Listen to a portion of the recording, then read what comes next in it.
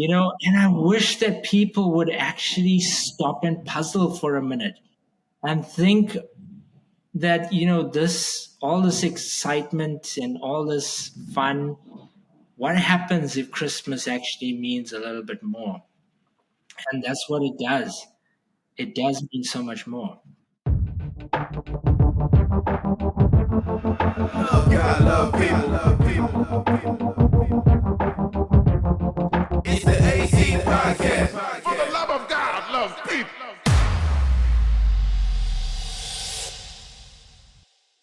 Hello, listeners, and welcome to the AC Podcast. My name is Troy, and I am here today with Steve Kim and Hello. one of the voices you have not heard a lot of times on this podcast, but if you are from Ontario, if you are at the Ontario conference, you will know about one of our board members, one of our adjunct speakers, Dr. Raphael Samuel. Welcome to the show, sir. Good to be with you guys. Thanks for having me. Listeners, you wouldn't believe the fun we have been having for the last while, just trying to get Raphael on this call. We've tried Zoom. We were about to send a carrier pigeon. Like, we were going to write notes, put it in the mail, and just do the podcast that way. But we're here. It is the work of the devil, I tell you. Well, this is the season to be jolly. So let's be jolly. That's right. Raphael is a Christian speaker, apologist, and anesthesiologist. Born in Durban, South Africa, he obtained his medical degree and a master's degree in medicine there. He further obtained fellowships in anesthesiology from the Colleges of Medicine of South Africa and the Royal College of Physicians and Surgeons of Canada. He is currently completing his master's degree in Christian apologetics at Talbot School of Theology, Biola University, Southern California. There's a lot that I could continue sharing there, but I think that's enough. That's enough. So for our listeners, I'm just curious, what does an anesthesiologist do? Well, it's quite similar to apologetics, actually. We're in the business of waking people up. Well played. Uh-huh. And to try and wake the patient up and just to restore the patient to normal physiology after the rigors and the trauma of surgery. Interesting. Okay. Yeah. See, I thought that your main job was actually just putting people to sleep. I love the thought of Jesus sort of restoring the dead son to his mother, and that's a bit of the calling of anesthesiology. Although they're not dead, but we like restoring them to their family, restoring them to normal physiology. Okay. Well, Raphael, thank you so much for joining us today. We, as we're coming into the Christmas season, listeners, we're going to be doing a 2-part podcast here as we talk about the miracle of birth in relation to the miracle of Christ's birth, because I got tipped off by Andy, Raphael, that's the reason this kind of came about. He said you need to talk to him about all the stuff that is happening when a child is being born. And I said, huh? What do you mean? He's like, just talk to him. It's crazy. So you have a very high bar to set. So if you got to make some things up, no one's going to know. Well, it's a bit of an odd topic, I must say. And I've been attendant at countless births. I've lost track over the 25 years I've been in anesthesia. But the majority of them have been cesarean section births. Mm-hmm. And, I have a disclaimer. And I think it applies to the three of us wise men here, is that, none of us have actually experienced birth. No, we have not. It is a big disclaimer. And it just reminds me of, the story of a Christmas card I once came across. And it had a picture of these two elderly women sitting on a park bench. And they were deep in conversation. And one says to the other, I really struggle with this whole Christmas story. I can believe in singing angels appearing to shepherds out in a field. I can even believe in a virgin giving birth. But where I draw the line is this myth about the existence of three wise men. Wow. One, not three. So I think we've got to really try and prove her wrong. You know, I'm starting to wonder. Well, this probably explains why they stopped using the term wise men, and we're like, no, they were called magi. Okay, Yeah. tried to put them in their proper place. Okay, Yeah. so it's how do we start this, right? I mean, we're not going to give you guys the birds and the bees. Well, when a man loves a woman, we're not going to do that. But this birth in and of itself is a miracle. Like I said, and like Raphael was saying, we obviously have not gone through this process ourselves. But as fathers, you know, as seeing our children come into the world, it is a miracle in and of itself. But what is actually going on? Well, let me take you just a little step back. As physicians, we are always trained whenever we encounter a pregnant patient, we are dealing with two patients. So, in a sense, we really have to separate the two out. And pregnancy entails some remarkable changes in the female body, in the pregnant patient itself. And it's actually quite breathtaking what actually happens. Over that 9 months of pregnancy, everything that changes in the pregnant patient's body is entailed to increase delivery and uptake of oxygen to the fetus. So what that actually entails is there is an increase in the hemoglobin in the pregnant patient's body. It's about a 30% increase, which is actually quite remarkable. There's an increase in the cardiac output. So what exactly is cardiac output? Cardiac output is the amount of blood that your heart is pumping and circulating around the body in a minute. So if you take a normal female patient sitting on the beach, sipping on a pina colada, that's about 5 liters per minute if she's at rest. There's almost a 50% increase in cardiac output over that 9 months in that pregnant patient. So that increases to about 7.5 liters per minute. And actually, Wow. in labor, that can increase to 45 to 100%. So that's about 10 to 12.5 liters per minute circulating around that patient's body every minute. There's an increase in coagulability. That means the blood clots more. That's all in anticipation for the upcoming birth, because a pregnant patient is anticipated to lose at least about 500 mils of blood, say, for example, if she has a cesarean section. There's an increase in the uptake of oxygen. Her respiratory rate and minute ventilation actually increases. But I mean, this is so fine tuned, even down to a microscopic level. We talk about the hemoglobin and the shape of the hemoglobin.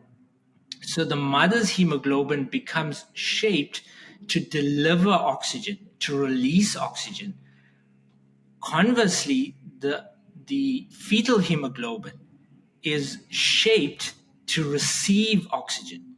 So we call that the double Bohr effect. That's the medical term, but it's absolutely amazing. And what I find amazing is that all of this can be explained mathematically.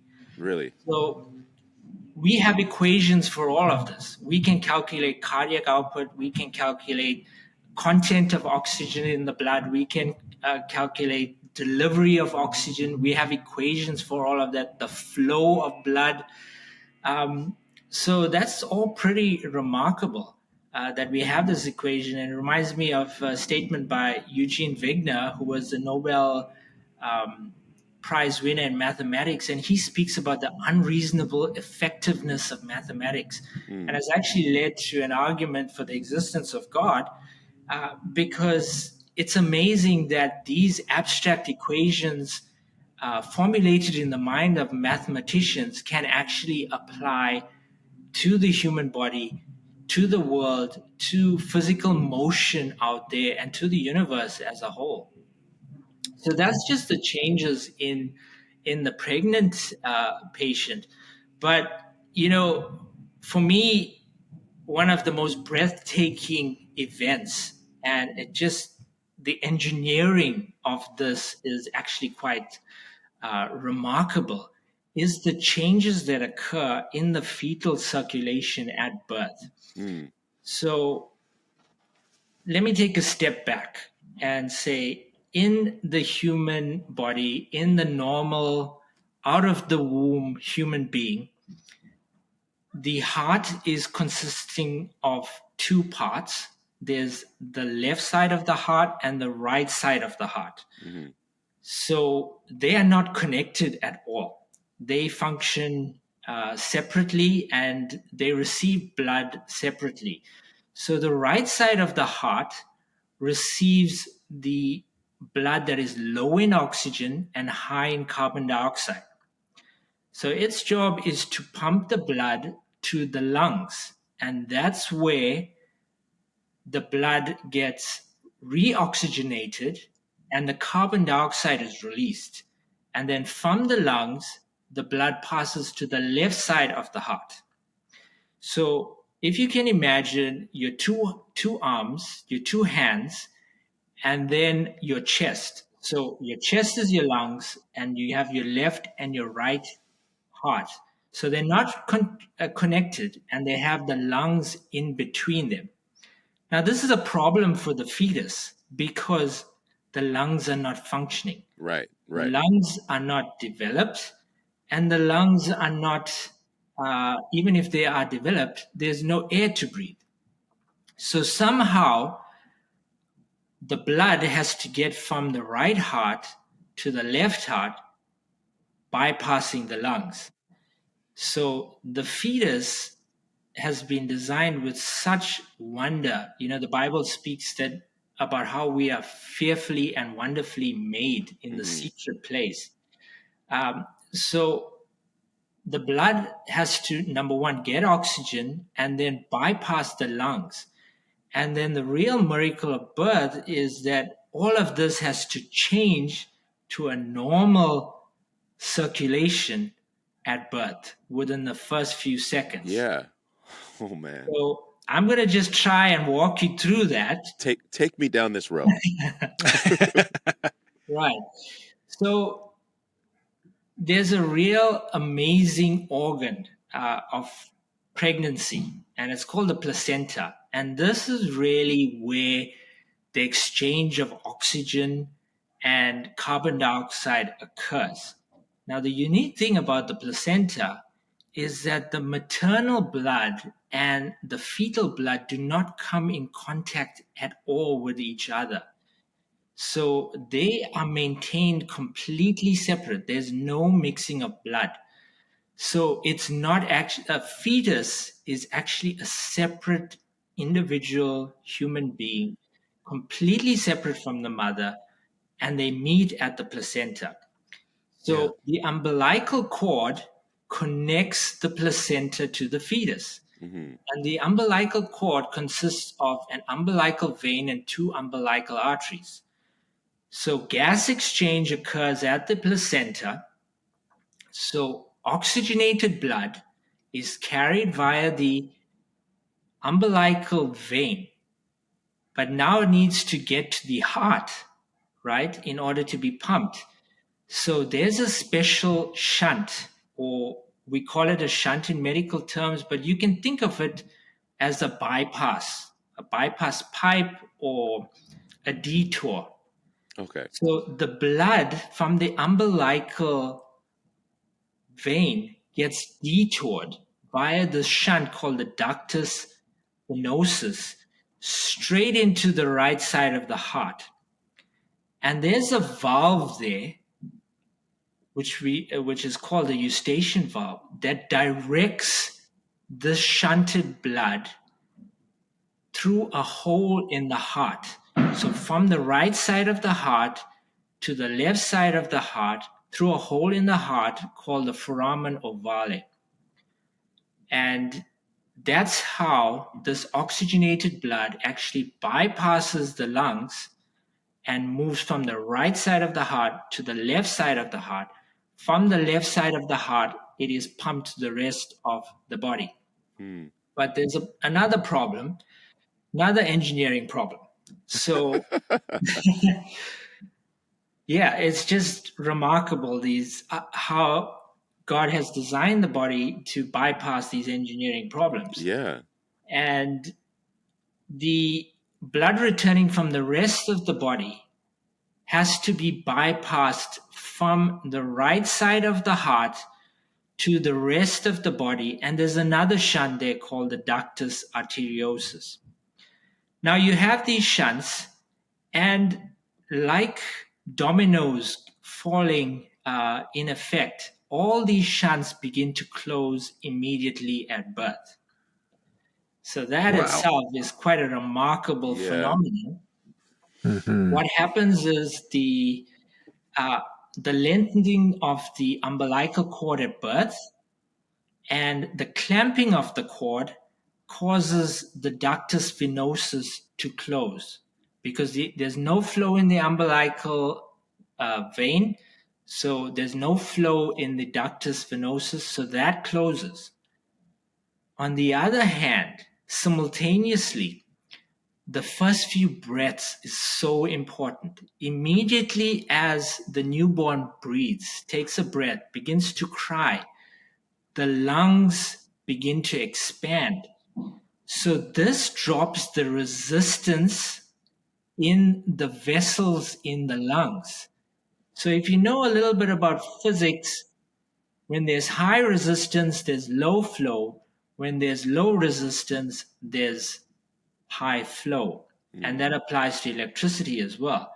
So all of a sudden, the resistance in the lungs, blood vessels drop, blood rushes into the lungs, that blood gets oxygenated, and blood returns to the left side of the heart, and the pressure in the left side of the heart increases, and that causes a flap to close the hole in the heart or the foramen ovale.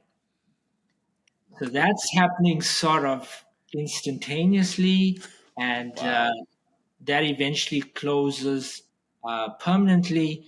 And the high oxygen tension also then will close the ductus arteriosus. So those are pretty spectacular changes. It requires a really remarkable. Yeah.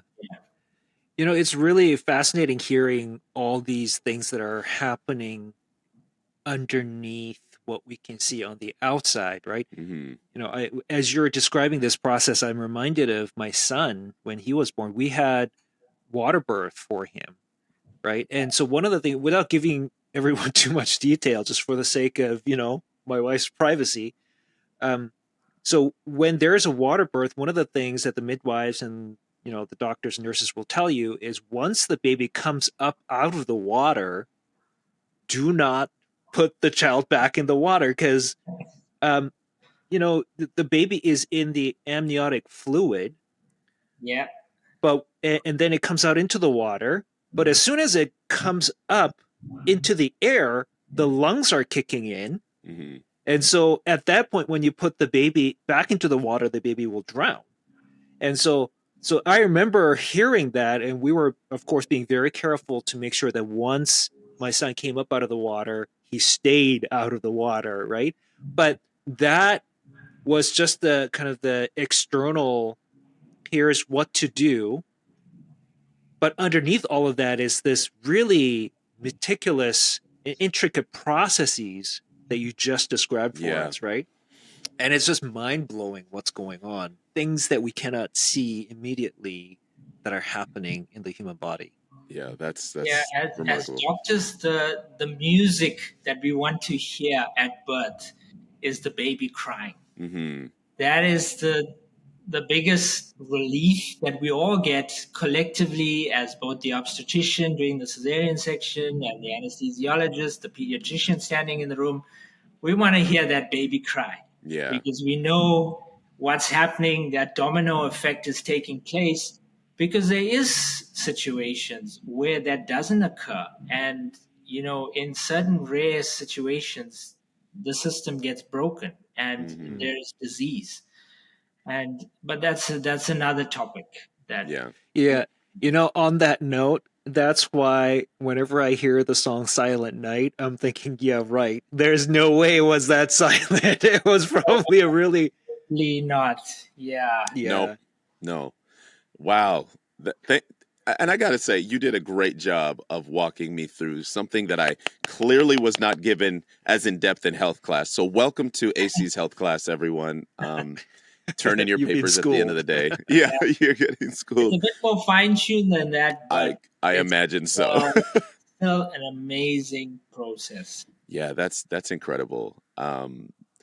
Just the idea that this being, though connected to the mother, there's something you were saying about how their blood never mixed. I never realized that. I thought in some capacity that they shared, but to find out that it's that while you are housing this child, it really does remind me that much more of like, man, Mary truly was a vessel for the birth of Christ, right down to the science of it.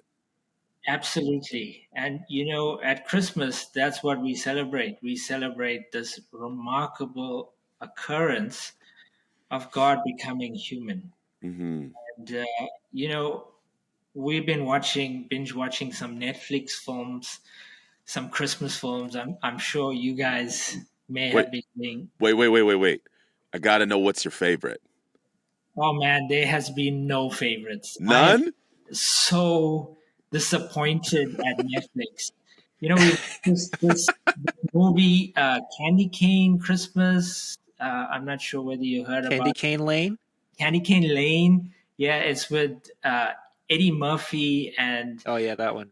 I haven't seen yeah. that one. Then we watched this other one about this Hindu guy meeting I think a Danish or a Scandinavian lady, and they go to Scandinavia and partake. He has to partake in all these Christmas traditions. But sitting back and thinking just how ridiculous some of these Christmas traditions have become. The movie spoke about how this family goes to church, but they're not Christian. But they'll just go to church on a Sunday of Christmas, just that one Sunday, because it is tradition. Yep. And it just made me think that, sometimes all this glitter and this plastic panache of this commercial Christmas seems to fill us all with a bit of artificial hope. But, there is a deeper hope. Yeah. There is a true meaning of Christmas. And I really think, I don't mean to be a Grinch, but I think the Grinch really got it right. Yeah. And one of my favorite quotes of Dr. Seuss, he speaks about how the Grinch his Grinch feet in the snow, how he puzzled and puzzled until his puzzler was actually sore. Yeah. And the Grinch thought of something that he hadn't thought of before. What if Christmas actually doesn't come from a store? What if Christmas actually means A little bit more. that's it? Yeah. And I wish that people would actually stop and puzzle for a minute and think that, all this excitement and all this fun, what happens if Christmas actually means a little bit more? Mm-hmm. And that's what it does. It does mean so much more.